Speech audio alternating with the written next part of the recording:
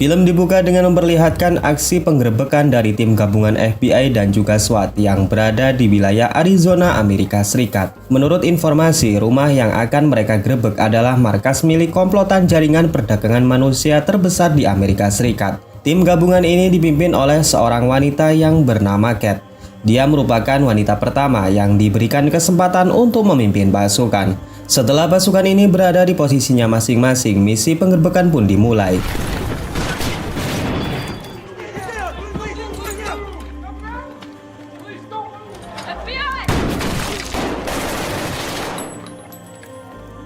Setelah melumpuhkan semua musuh, salah seorang dari rekan Kat yang bernama Reggie terlihat curiga dengan dinding rumah yang mengeluarkan bau busuk. Setelah diperiksa lebih lanjut, mereka pun sangat shock setelah mengetahui jika di dalam tembok tersebut terdapat jenazah manusia yang sudah dipacking dan siap untuk dijual.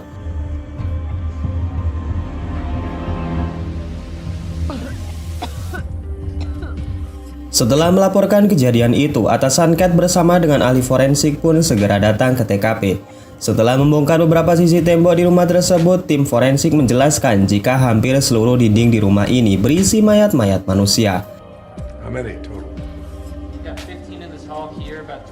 Bersamaan dengan hal itu, tim Kat yang berada di luar menemukan sebuah gudang yang terlihat mencurigakan. Ketika ingin diperiksa, sebuah tragedi mengerikan pun terjadi, di mana ledakan dahsyat meluluhlantahkan tempat tersebut.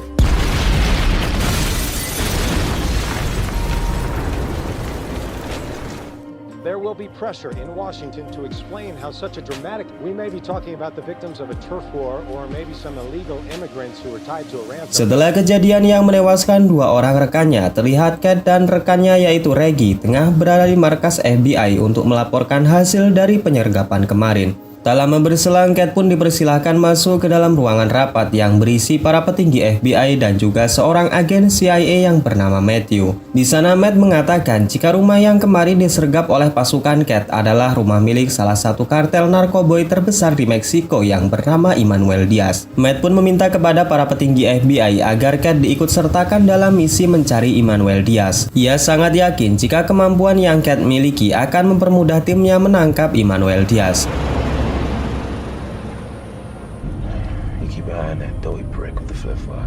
Keesokan harinya terlihat mereka berdua telah berada di pangkalan udara Amerika Serikat dan akan menuju ke Meksiko dengan menggunakan jet pribadi. Ternyata mereka tidak berdua di dalam pesawat itu. Ada seorang rekan Matt yang berkewarganegaraan Meksiko bernama Alejandro yang juga akan melaksanakan misi mencari Emmanuel Diaz. Di sana Kat sebenarnya merasa bingung kenapa ada orang Meksiko yang bekerja sama dengan CIA. Namun ia tak mengucapkan sepatah kata pun dan memilih memendam perasaannya.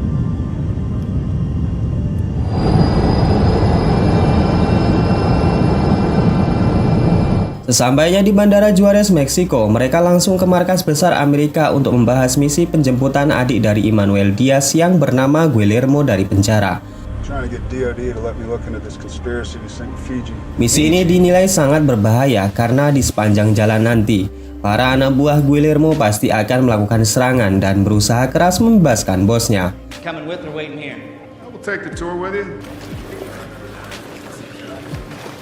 Selesai rapat, semuanya pun segera mempersiapkan diri. Namun terlihat jika Kat yang masih bingung mencoba bertanya kepada Alejandro mengenai misi mereka dan kenapa orang Meksiko seperti dirinya bisa bergabung dengan agen CIA. Tanpa menjawab, Alejandro hanya mengatakan kepada Kat agar dirinya diam dan mentaati perintah tanpa banyak bertanya. Dan singkatnya, setelah semuanya dipersiapkan, para pasukan ini pun kemudian berangkat.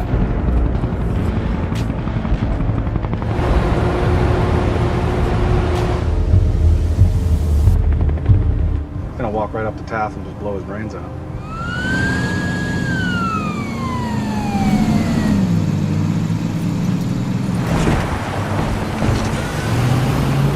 Selama di perjalanan, Kat semakin heran karena melihat banyak mayat yang tergantung di bawah jembatan. Selain itu, banyak suara tembakan yang menandakan jika Meksiko adalah negara yang jauh tidak aman dibanding dengan Amerika.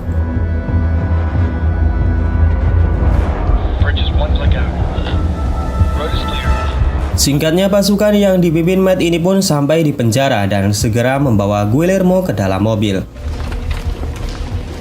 Di saat buru-buru membawa Guillermo sebelum para anak buah Emmanuel Diaz datang, Matt dan pasukannya disulitkan dengan kondisi jalan Meksiko yang sangat macet. Here's the deal.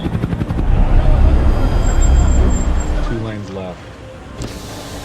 Di sana Alejandro menyadari jika ada banyak orang yang mencurigakan dan membawa senjata laras panjang. Mengetahui jika anak buah Emmanuel Diaz akan menyerang mereka, Matt pun segera menginstruksikan pasukannya untuk turun dan bersiap dalam mode tempur.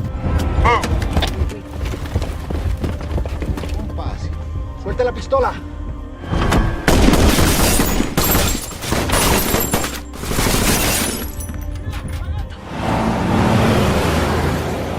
Singkat cerita, Matt dan pasukannya berhasil membawa Guillermo ke penjara militer yang dijaga ketat oleh pasukan Amerika. Di sana, Cat yang sudah tidak tahan lagi memprotes tindakan Matt dan pasukannya karena dapat membahayakan warga sipil. Namun Matt tidak peduli dan langsung pergi ke ruangan interogasi. Sebelum memulai interogasi, terlihat Alejandro didatangi rekannya yang mengabarkan jika 3 hari lagi anak buah Emmanuel Diaz akan melewati perbatasan Amerika-Meksiko sebagai jalur pengiriman narkoba mereka. Setelahnya, Alejandro dan Matt pun kemudian menginterogasi Guillermo dan mengonfirmasi apakah benar jika 3 hari lagi anak buah Emmanuel Diaz akan melewati perbatasan untuk mengirim pasokan narkoboy. Dan ternyata informasi tersebut memang benar adanya, di mana Matt, Alejandro, dan juga Cat segera terbang ke Amerika. Setibanya di Amerika, Cat pun meminta rekannya yaitu Reggie untuk mengantar mereka ke tempat di mana para imigran berkumpul. Di sana Alejandro dan Matt tengah menginterogasi para imigran mengenai jalur terowongan yang mereka lewati. Reggie dan Cat pun terlihat bingung dengan rencana yang sedang mereka lakukan. Reggie pun memaksa Matt untuk menjelaskan apa yang tengah mereka cari di sini sambil mengancam jika mereka akan mundur dari misi ini jika tidak mendapatkan kejelasan dari rencana mereka. Mendengar hal tersebut, Matt pun mengatakan jika ia dan Alejandro tengah berencana untuk memancing Emmanuel Diaz untuk keluar dari persembunyiannya. Alright, we're good. Just don't keep us in the dark.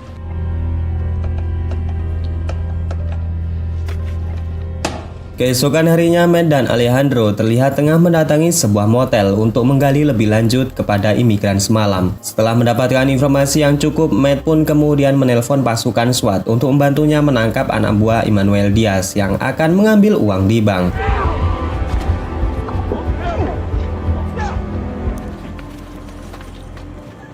Setelah berhasil menangkap anak buah Emmanuel Diaz, Cat pun meminta izin untuk masuk ke dalam bank dan meminta bukti rekening kasus pencucian uang milik Emmanuel Diaz. Sebenarnya Matt sudah melarang hal tersebut, namun lagi-lagi Cat yang keras kepala tetap kekeh masuk ke dalam bank dan menghiraukan perkataan Matt. Di malam harinya, Cat mengajak Reggie pergi ke bar untuk sekedar minum santai. Tak berselang lama kemudian mereka didatangi oleh teman Reggie bernama Ted yang juga seorang anggota polisi. Cat yang terlihat tampan sepertinya langsung membuat Cat terkesima. Mereka pun menghabiskan malam itu dengan mengobrol, berdansa, dan pada akhirnya bercocok tanam di apartemen milik Cat. Di saat itu juga Cat baru sadar jika Ted memiliki gelang yang sama seperti anak buah Emmanuel Diaz tadi siang. Mereka pun terlibat pertengkaran hebat dan hampir saja membuat Cat kehilangan nyawanya.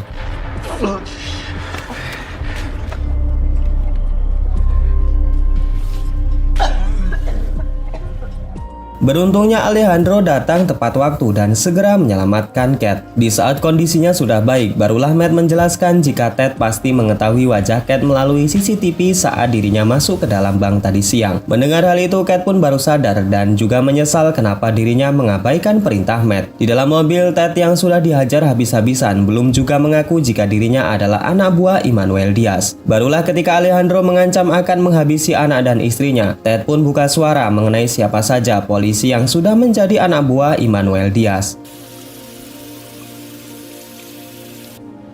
Get some rest. Well, Thank you.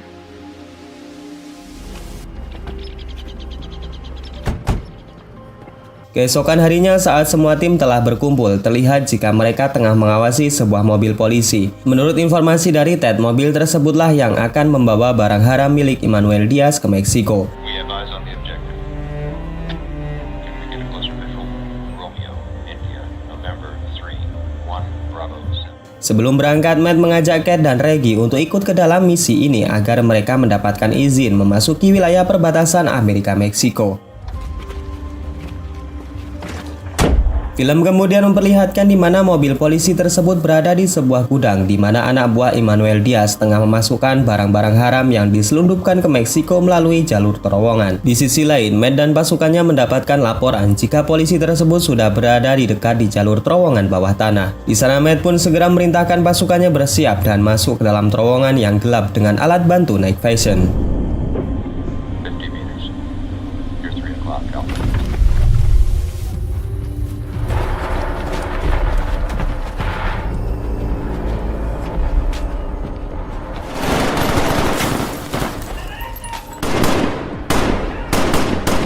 Di tengah baku tembak, Cat merasa curiga dengan gerak-gerik Alejandro yang pergi sendiri menuju ke arah terowongan yang lain. Cat yang merasa ada yang tidak beres segera mengikuti kemana perginya Alejandro secara diam-diam dari belakang. Di waktu yang sama, anak buah Emmanuel Diaz bersama dengan polisi pengantar paket seketika panik mendengar suara tembakan yang berasal dari dalam terowongan. Di saat itulah Alejandro muncul dan segera menghabisi anak buah Emmanuel Diaz.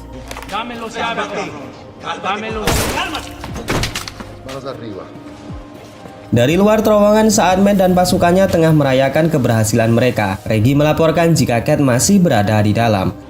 Freeze! Now.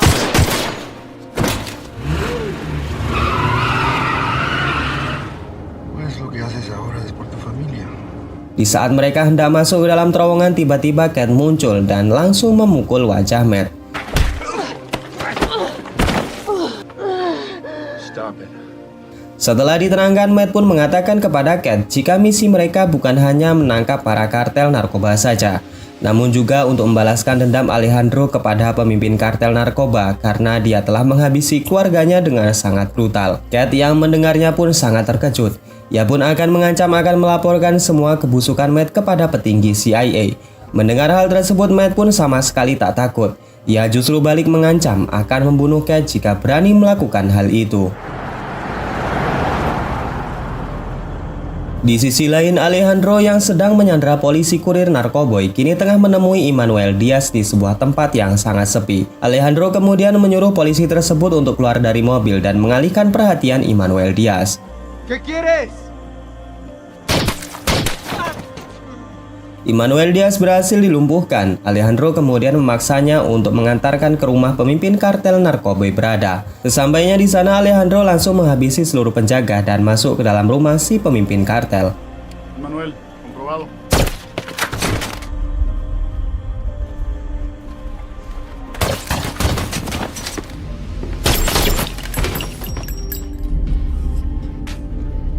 Dari kejauhan, Alejandro memandangi si bos kartel tengah bercengkrama bahagia menikmati makan malam bersama dengan keluarganya. Setibanya Alejandro di meja makan, terlihat ekspresi si bos kartel bersama dengan para istri dan 2 putranya mendadak berubah ketakutan. Di sana Alejandro bertanya bagaimana bisa keluarga ini menikmati makan malam dengan tenang, sedangkan di luar sana ada banyak sekali nyawa yang dihabisi oleh anak buahnya setiap malam. Dengan raut muka gemetar, si bos kartel memohon agar jangan membunuhnya di depan anak-anak dan juga istrinya. Namun sayangnya permintaan tersebut tidak bisa ia kabulkan. Sama seperti saat istri Alejandro yang memohon agar jangan membunuh anaknya.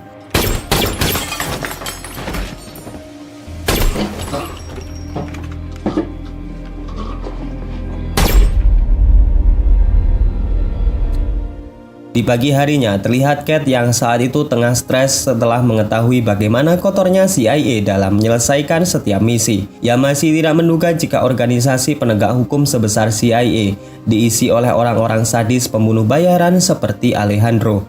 Bersamaan dengan hal itu, ternyata di kamar Cat sudah ada Alejandro yang tengah membawa sebuah surat untuknya. Sambil menodongkan pistol, Alejandro memaksa untuk menandatangani surat yang berisi jika misi kemarin sudah sesuai dengan prosedur kepolisian. Jika Cat menolak, Alejandro tak akan segan-segan membunuhnya dan akan membuat seolah-olah jika Cat telah melakukan bunuh diri.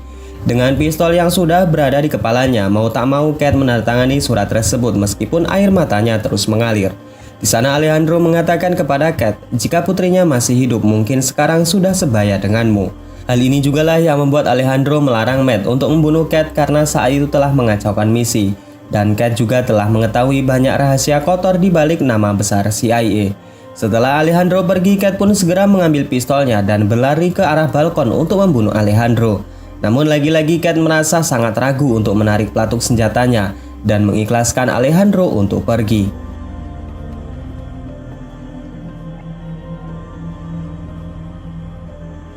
Dan kemudian film ini pun berlanjut ke season 2 dengan judul Sicario Day the Soldado.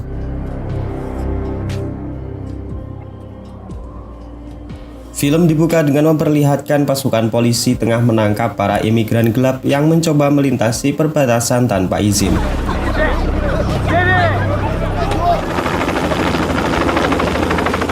Saat melakukan pengamanan, terlihat seorang imigran yang mencoba kabur dari kejaran polisi. Kemudian imigran tersebut memutuskan untuk berhenti setelah mendapati jika jalan di depannya adalah jurang. Di saat keputusasaan itulah, si pria imigran memutuskan untuk mengakhiri hidupnya dengan meledakkan sebuah bom yang ia simpan di dalam tasnya.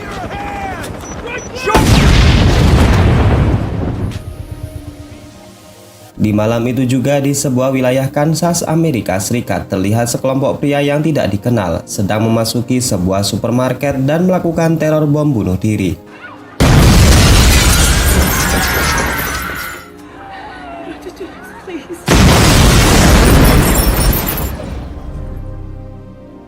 Insiden tersebut menimbulkan banyak korban jiwa dan juga orang-orang yang terluka parah.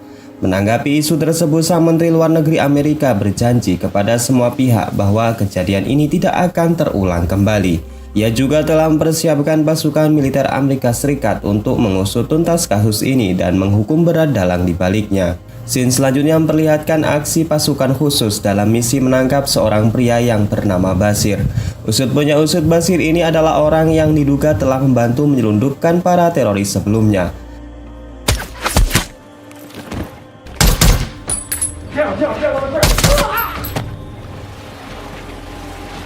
Di sebuah ruangan khusus, kita akan kembali diperlihatkan di mana Matt yang saat itu tengah menginterogasi Basir. Berdasarkan keterangannya, para teroris tersebut ternyata berasal dari Yaman yang diselundupkan ke Amerika. Basir mengatakan jika teroris tersebut diselundupkan dari Meksiko ke Amerika melalui jalur laut.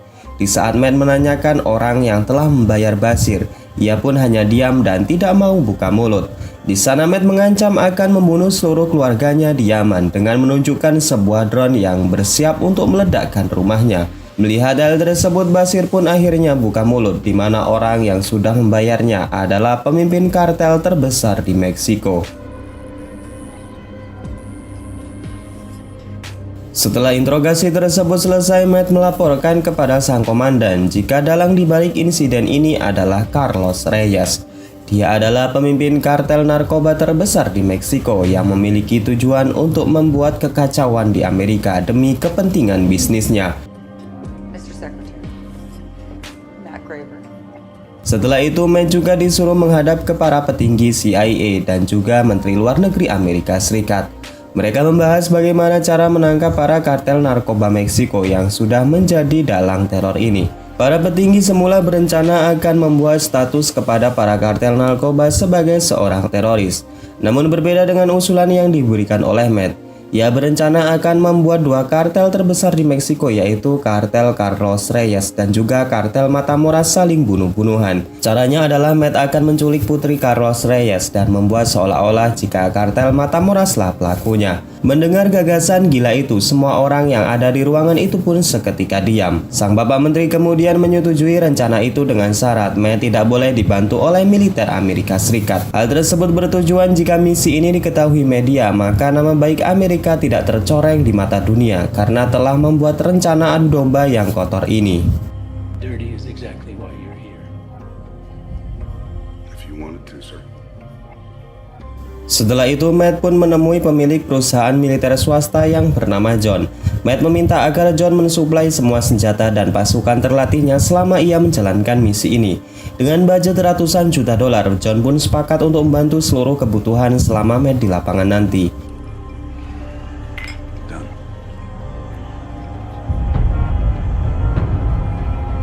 Di malam harinya, Matt kembali menemui rekannya yang bernama Alejandro. Di sana Matt tanpa panjang lebar menjelaskan apa misinya dan hanya menyebut satu nama, yaitu Carlos Reyes. Mendengar nama itu, Alejandro pun langsung setuju bergabung karena bos kartel narkoboy sebelumnya yang ia bunuh ternyata bukanlah bos tertinggi. Ia masih menyimpan dendam kepada kartel narkoba yang sudah membunuh keluarganya jika pemimpin tertinggi belum bisa ia lenyapkan. It's your chance.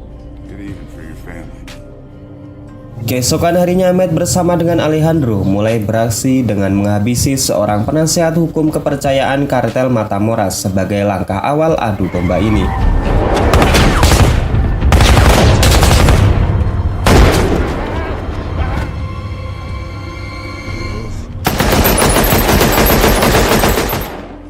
Selanjutnya, Matt dan timnya kembali melanjutkan misi untuk menculik putri Carlos Reyes bernama Isabel yang saat itu hendak pulang dari sekolah. Setelah cukup memantau, Matt dan timnya pun langsung beraksi untuk menculik Isabel yang saat itu dijaga oleh bodyguard-nya.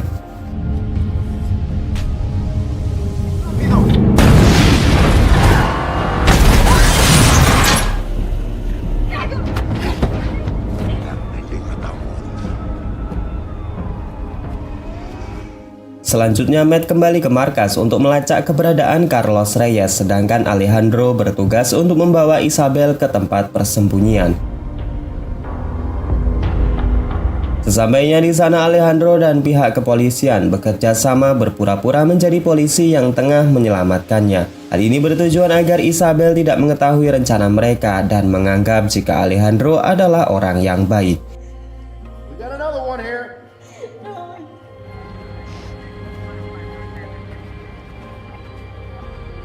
Setelah itu, Alejandro kembali membawa Isabel ke markas dan mengatakan kepada si bocah bahwa mereka sudah berada di tempat yang aman, serta Alejandro juga berjanji akan membawa Isabel kembali ke keluarganya. Scene selanjutnya terlihat Matt dan Alejandro kembali menemui rekan mereka yang bernama Rafael.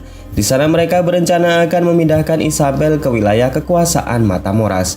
Hal ini diharapkan terjadinya konflik dari dua kubu dan saling serang satu sama lain. Di saat perjalanan pulang, Matt dan Alejandro tak sengaja menabrak seorang bocah yang tiba-tiba menyeberang. Bukannya meminta maaf, si bocah tersebut malah memaki dan terlihat marah-marah. Usut punya usut, bocah tersebut bernama Miguel yang ternyata salah satu anak buah Matamoras. Ketika sirine dibunyikan, barulah Miguel diam dan sadar jika tiga orang tadi rupanya adalah seorang polisi.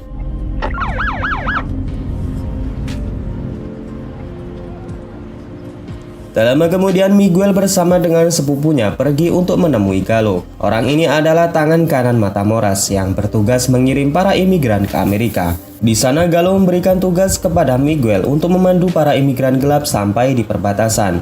Galo juga berjanji akan memberikannya bayaran mahal jika Miguel berhasil menyelesaikan misi pertamanya ini. Llévemelo si le voy a pagar más de lo que su jefe hizo en el año.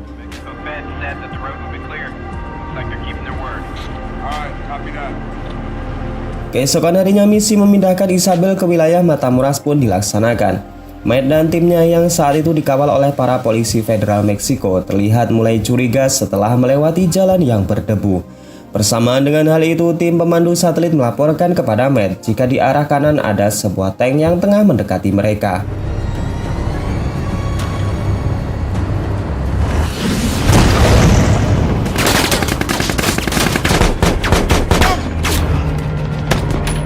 Di saat baku tembak terjadi, terlihat Isabel sangat ketakutan karena baru pertama kali merasakan adrenalin di tengah-tengah pertempuran. Saking paniknya, bukannya tetap bersembunyi berada di dalam mobil, Isabel justru keluar mencari tempat yang dirasa aman. Easy, guys, easy. Down, down. Se pide ayuda, por favor.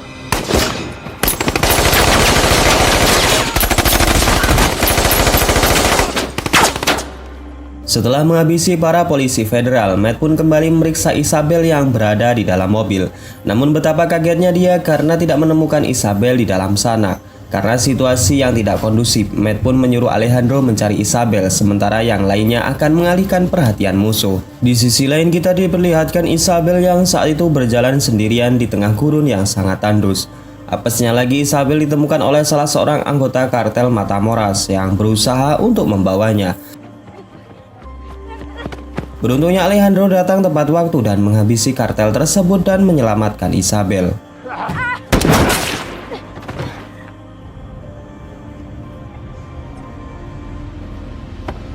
Sesampainya di markas, Matt dibuat kaget setelah mendengar jika Pak Menteri Pertahanan membatalkan rencananya. Hal itu disebabkan karena aksinya tadi ditakutkan akan menjadi bumerang bagi Amerika dan memicu peperangan antara Meksiko dan Amerika.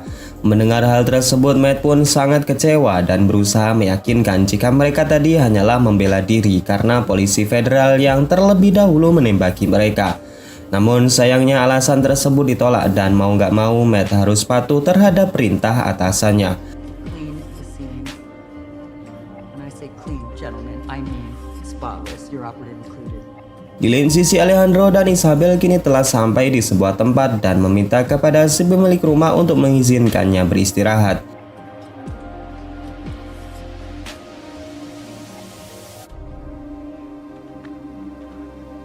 Di sore harinya, Matt kembali menghubungi Alejandro dan mengabarkan jika insiden tadi membuat misi mereka dibatalkan. Matt memerintahkan Alejandro untuk membunuh Isabel agar tidak ada saksi mata yang mengetahui misi ini. Namun Alejandro menolak perintah tersebut. Ia mengatakan akan tetap mengantar Isabel melewati perbatasan meskipun tanpa bantuan Matt lagi. Help me get her across.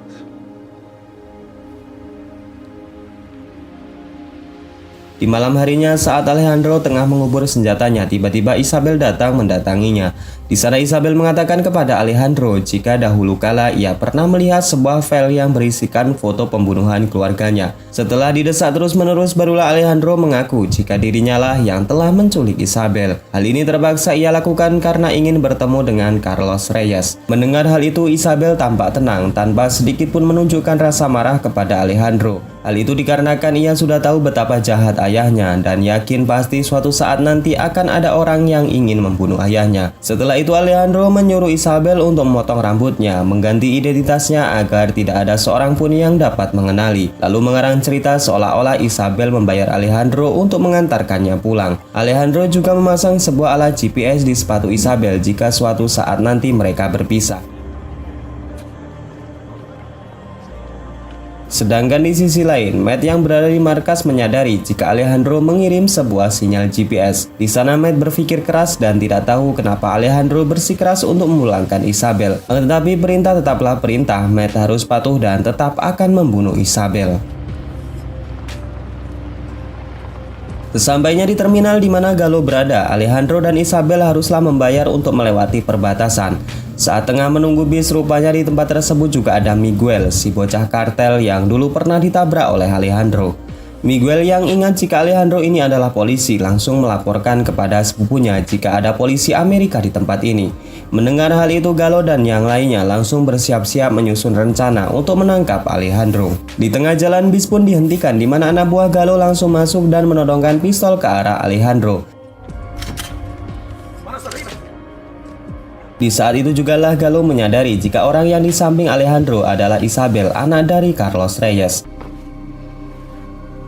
Di sana Gallo bingung kenapa bisa polisi Amerika menangkap anak dari bos narkoboy terbesar di Meksiko. Meskipun Alejandro beralasan jika dia ini adalah orang suruhan yang dibayar untuk mengantar Isabel, Gallo pun tidak percaya dan langsung menghajar Alejandro. Di suatu tempat, Gallo memberikan sebuah pistol kepada Miguel untuk membunuh Alejandro sebagai tanda kesetiaannya.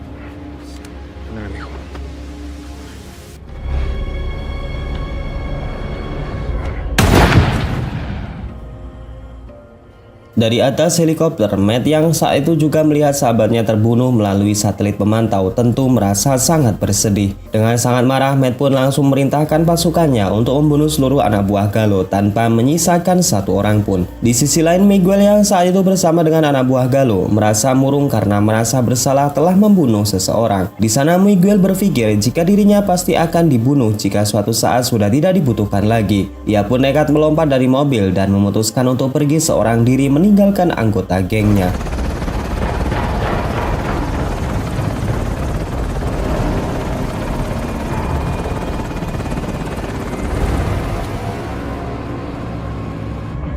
Di pagi harinya, Matt dan pasukannya telah sampai di wilayah Meksiko dan berhasil mengejar Gallo dan anak buahnya. Mereka pun langsung menghentikan mobil Gallo dan membantai seluruh anak buahnya tanpa ampun.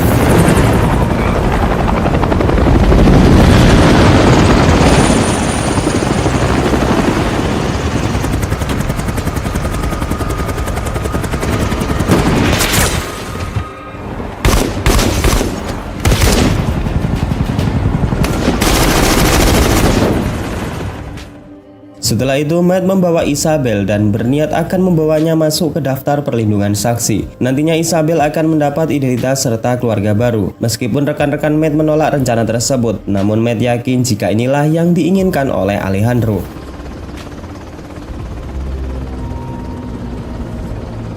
Di sisi lain, Alejandro yang tadi ditembak kepalanya ternyata masih hidup.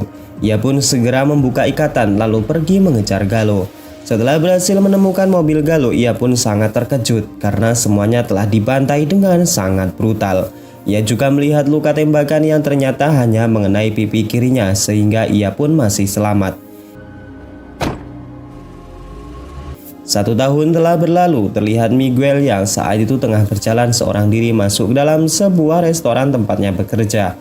Di saat ia masuk dalam dapur, Miguel pun sangat terkejut karena orang yang dulu ia tembak ternyata masih hidup berdiri tepat di depan matanya. Alejandro kemudian menyapa si bocah dan menawarkan apakah dirinya mau menjadi pembunuh bayaran sama seperti Alejandro. Jika Miguel tidak tertarik, maka dirinya bisa keluar sekarang juga. Akan tetapi jika ia mau, maka Alejandro akan mengajari semua ilmu tentang bagaimana caranya menjadi pembunuh profesional. Dan kemudian film ini pun selesai.